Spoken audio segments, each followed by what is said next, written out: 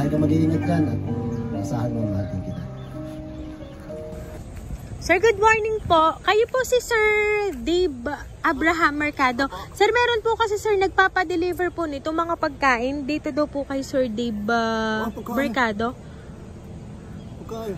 Opo, mga pagkain po yung nandito sir sa sasakyan. Nag-order po ba kayo sir? Hindi pa siya bayad. Ay hindi ako nag-order. Hindi po kayo nag-order? Hindi. Hindi nag-order. Just trabaho ako. Hindi ko rin kasi sir alam kasi dito pinadala sa Aqua Verde. Dito daw po kayo naka-duty. Oo. Sino nagpadala? Hindi sir nagpakilala tapos hindi pa to bayad. Siya, hindi ko po rin alam yan.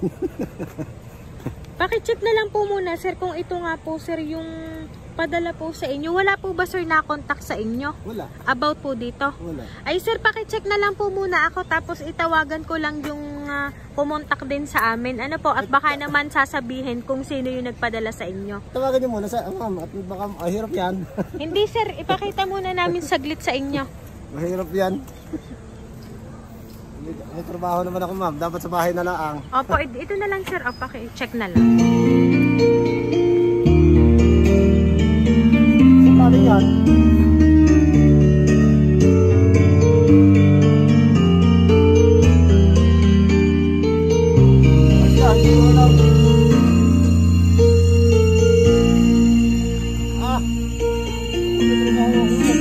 Ayan na sir, meron lang po sir kumontak sa amin para maipahatid ang sorpresang ito pong bumungad para po sa inyo. And binabati ka po namin sir ng happy mansari po sa inyo kung sino man po sir yung partner nyo ngayon sa buhay.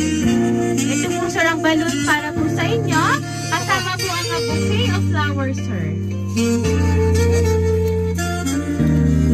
Oh, may trabaho ako eh. Ayan. So ngayon sir now, babasahin ko lang po yung message para po sa inyo sir.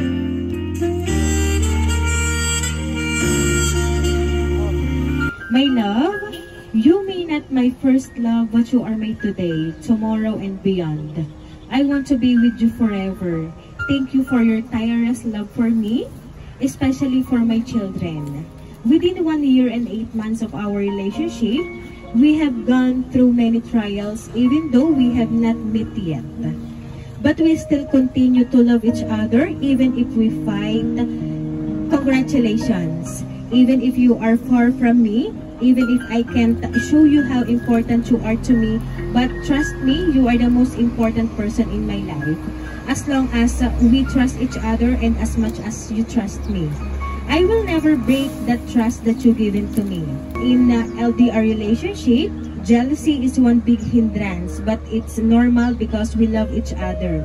We care each other, but we need to be strong for us to become a successful lover someday. Even if we fight, we messed up, we fix that maturity. Whether it's you are a fault or mine, the important thing is that we won't give up.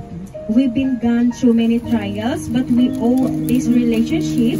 So please keep on holding on until we have that forever. I love you deeply in my heart.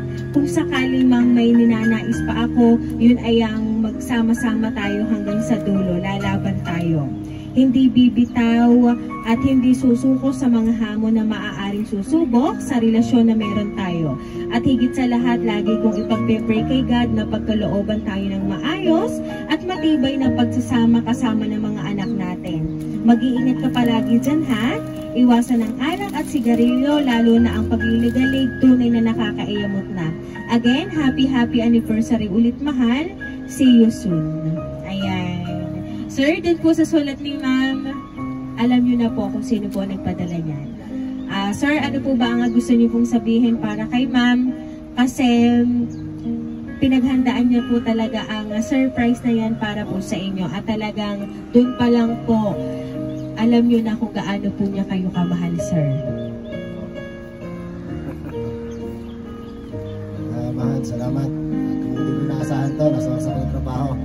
Lagi ka mag-iingat dyan at asahan mo, mahal din kita.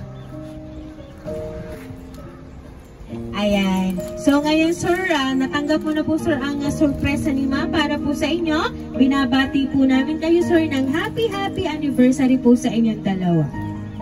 Ayan. And now sir, kami lang po ay